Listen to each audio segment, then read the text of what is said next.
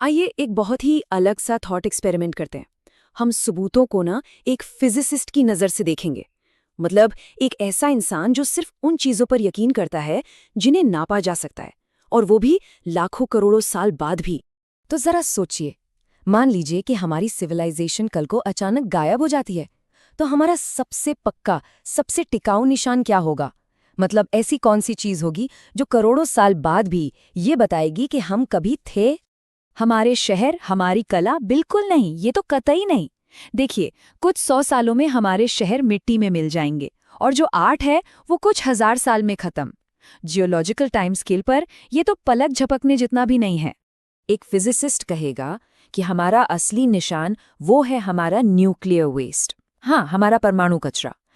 ये जो radio active isotopes होते हैं, मतलब ऐसे एटम्स जो स्टेबल नहीं होते और लगातार एनर्जी छोड़ते रहते हैं। और हाँ, ये नेचर में नहीं मिलते। इनको खत्म होने में, डीके होने में लाखों साल लग जाते हैं। तो ये एक ऐसा सिग्नेचर है जिसे वक्त भी आसानी से मिटा नहीं सकता। तो अगर हमें करोड़ों साल पहले के किसी इंडस्ट्रियल सिविलाइजेशन को खोजना है, तो हमें एक पैमाना चाहिए होगा, है ना? एक यार्डस्टिक। और आज की हमारी न्यूक्लियर टेक्नोलॉजी हमें वही यार्डस्टिक देती है। तो चलिए देखते हैं कि ये न्यूक्लियर यार्डस्टिक्स आखिर है क्या। हम जिस चीज को खोज रहे हैं ना, उसे कहते हैं टेक्नो सिग्नेचर। अब ये क्या है? इसको आप एक फॉसिल समझिए, लेकिन किसी जानवर का नहीं, बल्कि टेक्नोलॉजी का फॉसिल। ये इंडस्ट्रियल टेक्नोलॉजी का वो पक्का सबूत है जो चट्टानों की लेयर्स में हमेशा के लिए छप जाता है। आइए हमारी आज की न्यूक्लियर प्रोसेस को देखते हैं। सबसे पहला स्टेप, यूरेनियम की माइनिंग और उसकी प्रोसेसिंग। दूसरा स्टेप, पावर प्लांट में बिजली बनाना जिससे नए अननेचुरल आइसोटोप्स बनते हैं। और तीसरा और सबसे ज़रूरी स्टेप, बचा हुआ फ्यूल और परसिस्टेंट रेडियोएक्टिव वेस्ट। बस यही 3 स्टेप्स का प्रोसेस हमारा ब्लूप्रिंट है। अब यहाँ से कहानी सच में बहुत इंटरेस्टिंग हो जाती है, क्योंकि जब हम इसी न्यूक्लियर यार्डस्टिक को लेकर धरती के जियोलॉजिकल रिकॉर्ड को छानते हैं, तो हमें कुछ बहुत ही अजीब चीज़ें मिलती हैं। ऐसी एनोमलीज जो इस आइडिया को चैलेंज करती हैं कि हम ही पहली इंडस्ट्रियल सिविलाइजेशन हैं। अच्छा, एक तरफ रखिए नेचुरल डिजास्टर्स को, और दूसरी तरफ कुछ पुराने मास एक्सटिंक्शन इवेंट्स को। देखिए, जब कोई ज्वालामुखी फटता है या कोई एस्ट्रॉइड टकराता है, तो वो सब कुछ बिना सोचे समझे तबाह कर देता है ना? लेकिन धरती पर हुए कुछ पुराने एक्सटिंक्शंस वो हैरान करने वाले तरीके से सिलेक्टिव थे। मतलब ऐसा लगता है जैसे किसी ने सिर्फ कुछ खास स्पीशीज को ही टारगेट किया हो। ये एक नेचुरल हादसे जैसा कम और किसी टारगेटेड अटैक जैसा ज्यादा लगता है। हम बात कर रहे हैं करीब 252 मिलियन साल पहले की। तब हुआ था पर्मियन ट्रायसिक एक्सटिंक्शन, जिसे द ग्रेट डाइंग भी कहते हैं। इसने धरती पर मौजूद करीब करीब 95% लाइफ को खत्म कर दिया था।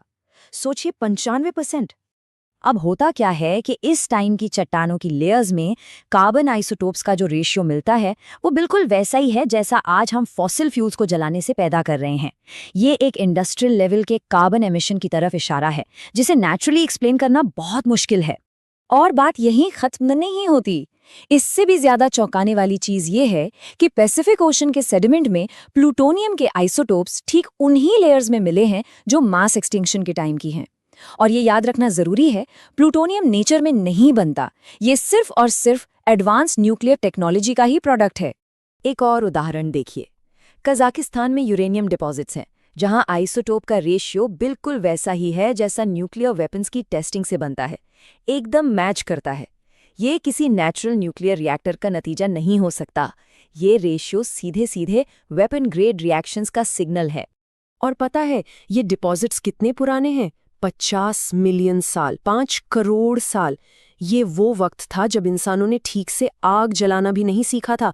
न्यूक्लियर वेपन बनाना तो भूल ही जाइए। तो इससे एक आइडिया ये बनता है कि शायद हम जो सबूत खोज रहे हैं वो किसी कामयाब सिविलाइजेशन के नहीं, बल्कि एक भयानक फेलियर के निशान है। हम उनके महल या शहर नहीं खोज रहे, हम उनका कचरा खोज रहे हैं, उनका इंडस्ट्रियल वेस्ट।